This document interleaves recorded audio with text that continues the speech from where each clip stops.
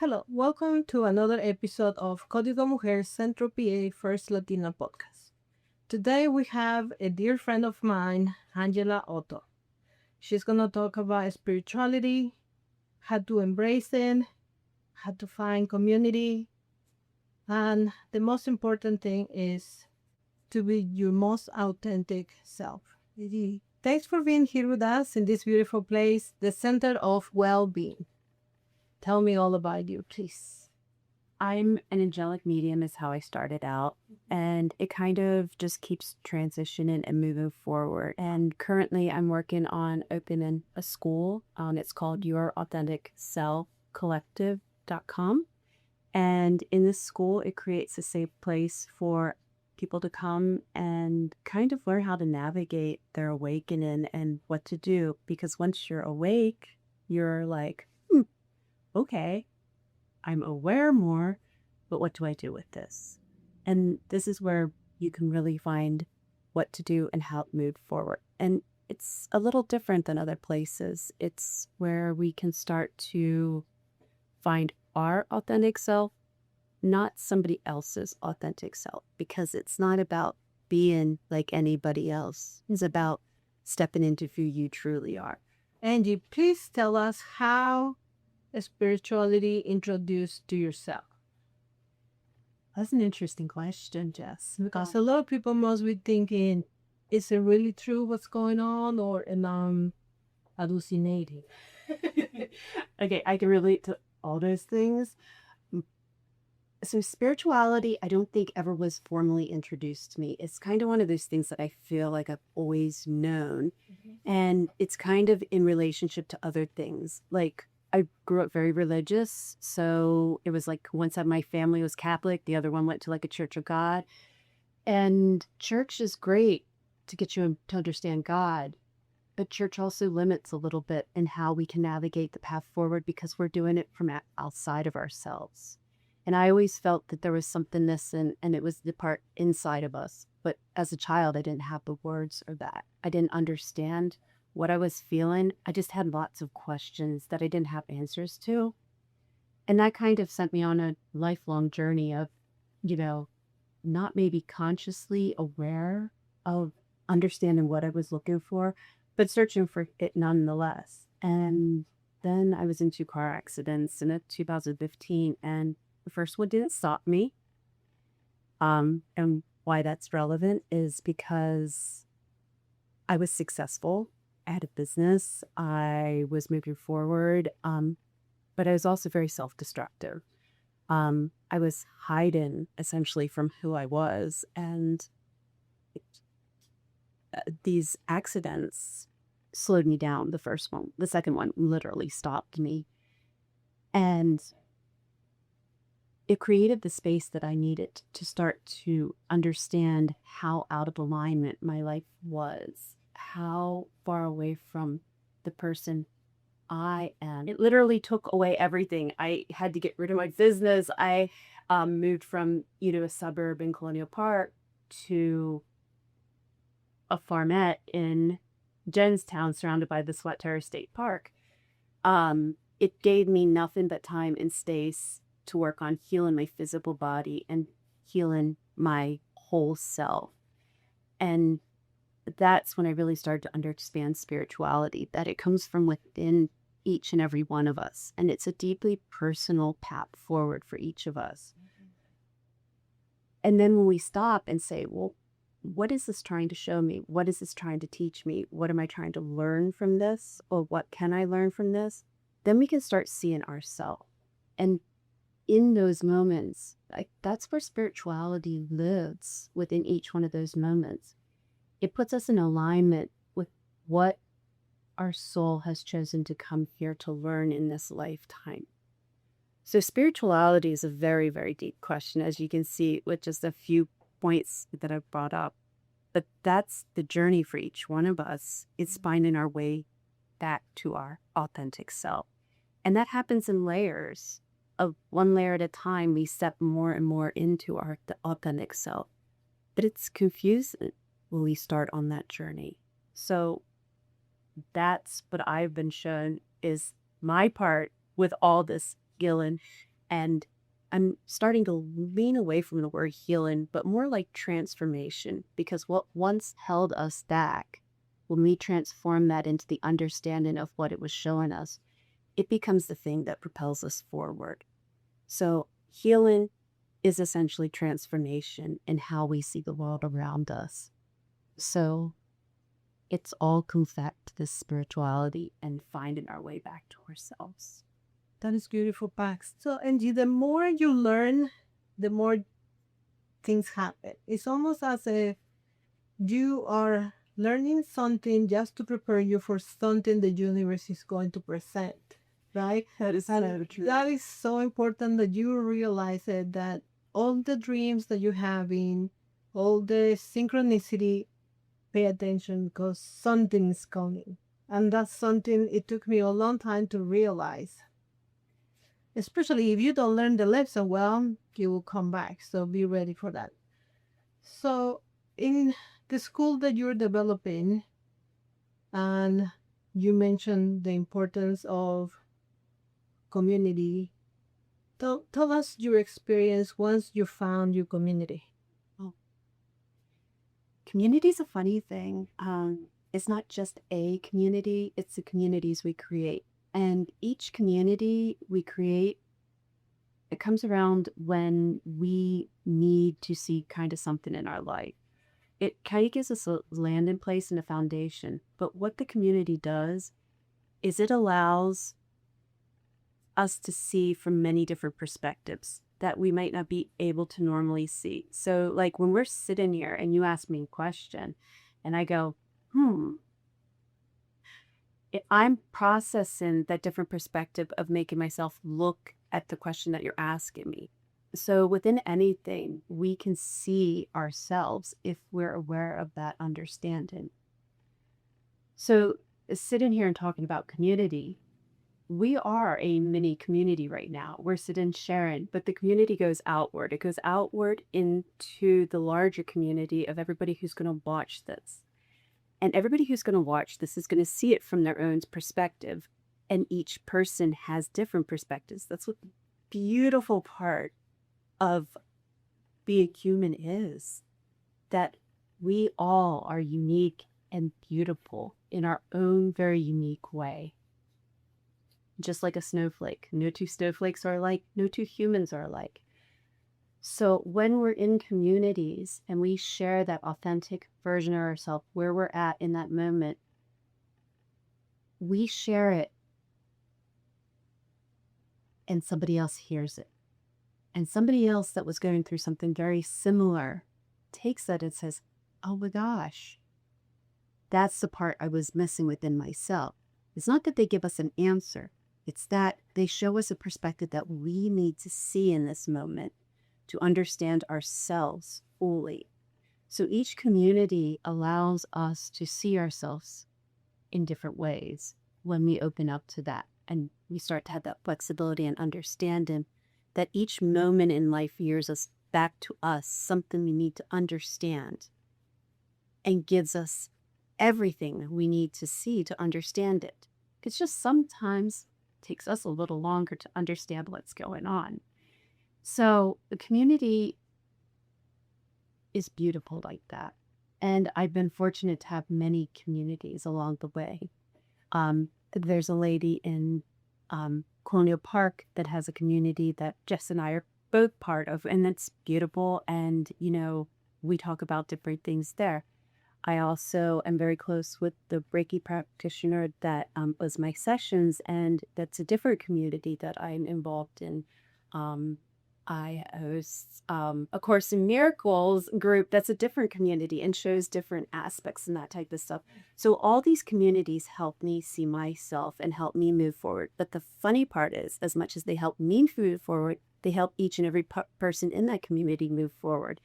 And we transform our lives together in a way that is not possible to do by ourselves. So when we open to the idea, and a lot of people that are on this spiritual journey have this innate need to do everything by themselves. Like, I can do this, I can handle this, I can figure out how to move forward. And that's usually, it's pretty much a trauma response to something that, you know, we've learned along the way, a belief system we need to actually set down and move forward through. When we can step past that and understand that we don't have to do this by ourselves, it is a very personal journey, one that's very unique and individualized to ourselves. But the part is, we don't have to do it by ourselves. We don't have to, sit in a silent room, meditate in for hours and hours and hours to find this, aha moment. When we go out and share ourselves with other people, the aha moments happen while we're living life. And the community allows us to have a place where we are safe, where we can sit in, where we can feel safe to ask the questions. And these are the types of communities I want to help be part of, and I want to help move forward. You just said something really important for people to take out of all of this is that community will make you feel safe. And sometimes we grow on a family that we feel we don't belong. And when you find those that resonate with your interest, it doesn't matter if it is spirituality, it could be gaming. But once you find those that resonate with your interest, you will blossom. So please get out of your comfort zone and go look for your community, like Deacon West. And getting out of your comfort zone, that is a beautiful thing. If you don't mind if I take a moment to talk about that. It's like if you draw, we're in a room right now and everybody's in a room. So it has 4 walls and a door. And, if we close them all off, we're in this room. And let's say that's our comfort zone and we exist in there. So in our existence, we see the same things over and over and over again. We have the same experiences over and over and over again. But we're limited to these 4 walls because that is how we've decided we feel safe. So each time we take a step outside the door and try something new, it's scary for that moment. But the funny part is it becomes our new normal and we get comfortable with that. And when we continue to do that in little ways, we keep fighting and reassuring the nervous system that it's okay to step outside the comfort zone. So in the beginning, it is difficult to take those steps. But each time we do that, our nervous system learns that it's safe to do that and it's fun to do that. And we start saying yes to some more things in our life. But then the funny thing that happens is we now have all these things we want to do and that we find that we like. So then we have to start learning how to say no to the things we don't want to do, the things we feel we're obligated to do. And when we start to see that, we start to let go of being the people pleaser, being the one who says yes and overcommits and is exhausted because you take on everybody else's stuff. Yeah, that is true, because when you embrace any hobby, doesn't matter what it is, you start losing those people that doesn't resonate with you. When I start going to all these classes and other people were like, hey, do you want to do this and that? No, because I'm going to go take a class. And then they feel some type of way because that's their own experience. They feel rejected or whatever. And if they move out of your life, that is okay, because you will meet other people that then you can take classes with or do other things that it will help you to grow emotionally and spiritually. That brings me back to, my accidents and how they've created the space that I needed to start stepping outside the noise of what was the chaos of my life. So without those accidents, I would never have had the space to start on this journey and come into alignment with where I was meant to be. So it's funny, the things we hold so tightly onto sometimes take up all the space, so we can't find the people and experiences that we were truly meant to have in this lifetime to kind of help us move forward. So sometimes we need to look at it a little differently. It's that we're not losing people. It's that we're making space for the people that we were supposed to had in our lives. But also those relationships that may be a little draining and a little toxic at times start to become okay, I still have a relationship with that person. It's not a dependency anymore on that person and the relationship, the toxicity of that relationship. It When you step into your authentic self, you start to naturally create these healthy boundaries around you that kind of protect your energy source. And I don't mean we're protected from any kind of, negativity or it's just that we choose how to spend our energy. When we just go with the flow, we expend all of our energy on everybody else's stuff. So when we make choices that are aligned with what is best for us, we choose how we spend that energy. And when we spend it on something that brings joy into our life, it increases our energy and it fulfills us and it moves us forward in a healthy way. It's not a choice of loss. It's a choice of finding ourselves and finding all the experiences we come here to have. So it's a really big shift in the way of thinking, but it's also a very simplistic shift too. Just because it sounds simplistic, it doesn't mean it's complicated and doesn't mean it takes some work and some kind of reprogramming ourselves and being aware that there is something that we need to change in the way we think. And it's not that we're changing ourselves, it's that we're changing the way we choose to make the choices in our lives. We make them from an awareness that we didn't have before. And through awareness, we can truly grow. So when did you realize that you were receiving angelic messages or downloading information? And how long it took to say, yes, this is what is happening? Or maybe you needed confirmation. How did that work? That's a really, really good question. Okay, well, I'll put it into a little story. So, I knew things were different after the accident. And what I mean by that is that I knew that I felt like I was being guided to what I needed to help me on the healing path. So when I started this,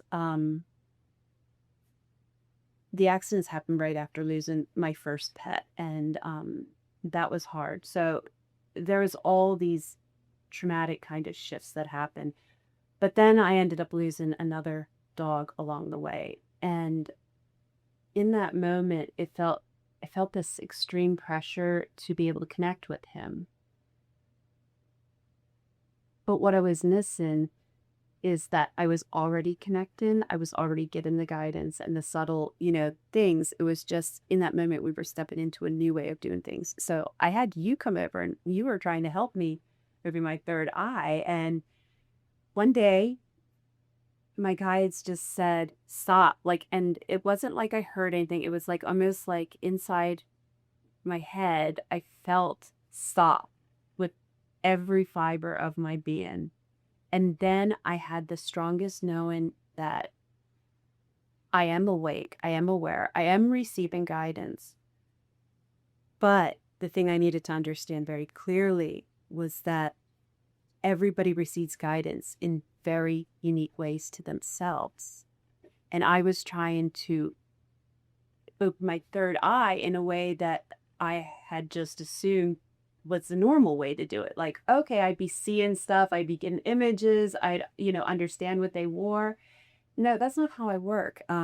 It's like they kind of place a chapter of a book into my understanding.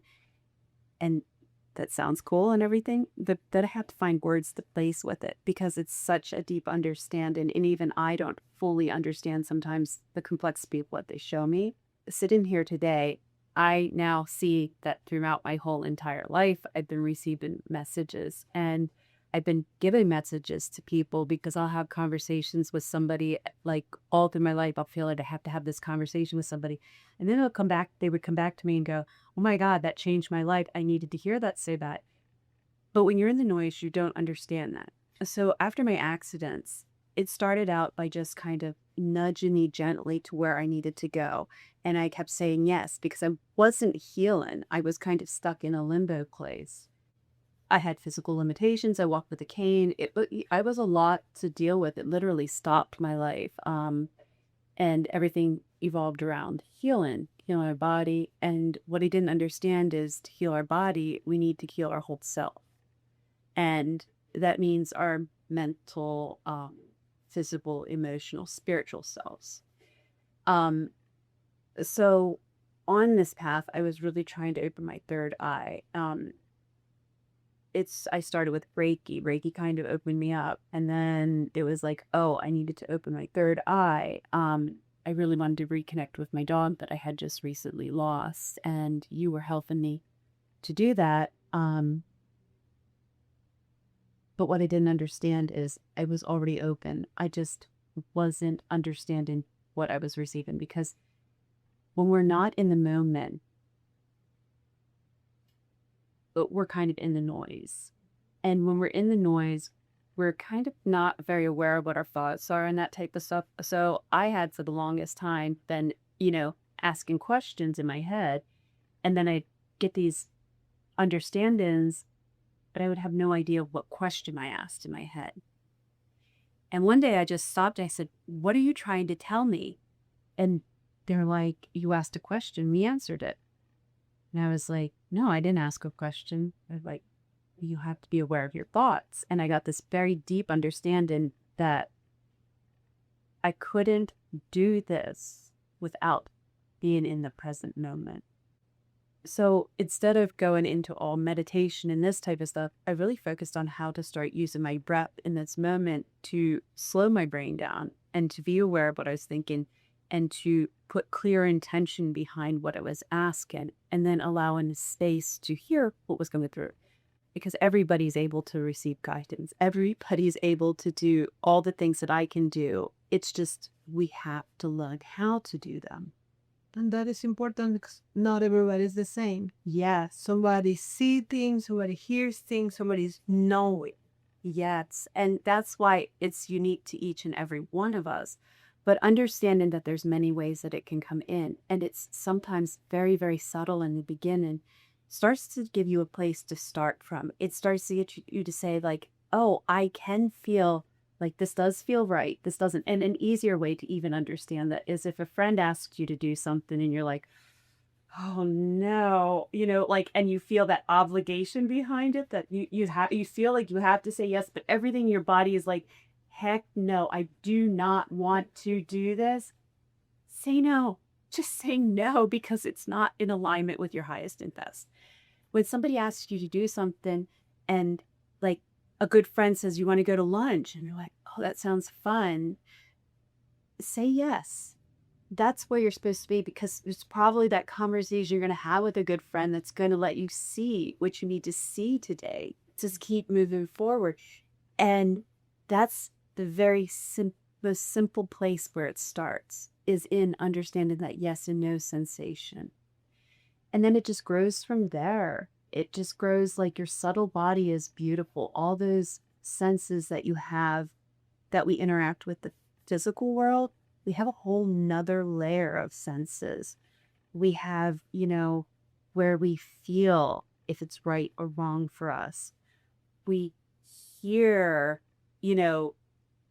and for me with hearing, it's not that I hear something, it's that I feel like an emotion is coming through my ear. It's really weird. Like if I'm in a reading and somebody has like a parent in spirit that was very loud or very overbearing, it will feel like something is like this emotion of yelling is in my ear, but it's no words or anything. So I know that that's an attribute of the person that is with me in that moment. And again, it will look different for other people. Some people will literally have, a word come through and hear it and that type of stuff. A lot of times it doesn't work that way for me, but that's because I was shown many different ways of how it can come in. And with those many different awarenesses of different ways that it can come in, I started to understand what I was receiving and how it worked for me. And all this kind of gets customizable too, because once you understand what's going on, you have a whole spiritual team, that's not in this physical reality that customizes it to you. So if you don't like how something's coming in, ask and they change it and they kind of make it a way that is easy for you to use in your everyday life. So that's a lot about what I do also in Your Authentic Self Collective. Um, is kind of bring out and point out, the different ways that stuff can come in and the different ways for many different topics too, because it's not about creating another me in this world. It's about creating the most unique Jessica. It's about creating the most unique you. Each one of you that are out there watching this, that's what really brings joy to my life, is getting to see each and every person that I get to work with step into that version of themselves. So, Angie, can you let us know what is the type of mentorship or spiritual guidance that you offer? So right now, I just launched the beginning of July, YourAuthenticSelfCollective.com. It's a school platform for like-minded people to come into. The cool part about it is it offers live Zoom sessions where people can come with their questions and that type of stuff. I create a lot of different kind of supplemental materials that go into this school platform, like journal entries to try, different techniques to try through meditation, different ways to remove blocks that we have. So as the community grows and the needs of the community grow, there'll be different, I call them kind of chapters within the community that you can go to even when we don't have a live Zoom and that type of stuff to kind of move yourself forward. It also has, a chat session where you can chat with the people that are in the community between the live sessions and that type of stuff to kind of get the different perspectives on what you're working on and what you're dealing with and that type of stuff. It's just a really cool, safe place for people to kind of start to find themselves. And I kind of am the facilitator. I like to say I'm a teacher and that type of stuff, or a coach, but I'm just a guide. I'm a guide to help open you up to the awareness you need to move forward on this path. I do it in a way that's very gentle and unique, I feel, because I allow you to find your way. And that doesn't mean that I'm just saying, oh, here, you can do it this way. I'm saying, I want you to see these different ways, and I want you to see how they can work for you and how that looks for you. Because if I start saying you need to do it this way and this way and this way, you don't find yourself. You just find another program essentially that's teaching you how to be like me. Yeah. There's one of me. We don't need another me. We don't need another me. We need another you and you and you. Because what happens when we have all these beautiful souls that start stepping into their authentic self? It goes into the collective consciousness and it unlocks things that didn't exist before. And this is how we truly start to create a new world. The more people that start to step into their authentic selves start to put these pieces into the collective consciousness. And what happens is other people can now access them because now they exist. And the more we have variety of existence, the more we step into a world that we didn't think would be possible. So I just get excited for all of that, all the shifts that happen within each and every person, but all the shifts that ripple out and that I have no part in other than doing exactly what I came here to do with the people that chose to work with me and then have chosen to, continue forward and all the people that they touched. So when we think one life doesn't matter very much, each and every life matters so very much. And when we can start to understand that, we start to really build this new beautiful world that comes from a place of empowerment and strength instead of a place of dependency and kind of just going along to get along. So that's what I see inside this container, is a world full of possibilities. And they all start within each and every one of you. And that's what's beautiful about your authentic self. Well, thank you very much for opening the space for a lot of people to embrace the authentic self, to find community, and just understand that You're not gonna resonate with me, you're not gonna resonate with her, but you would resonate with someone. So always look different places around your neighborhood because it happened to me. I go to a place, that wasn't my thing. I went to another until I found where I wanted to be. So if you go to a place and it doesn't click with you, please continue looking around because you will find your place. You will find your people and your community. This was another episode of Código Mujer Centro PA First Latino podcast with Auntie. Thank you.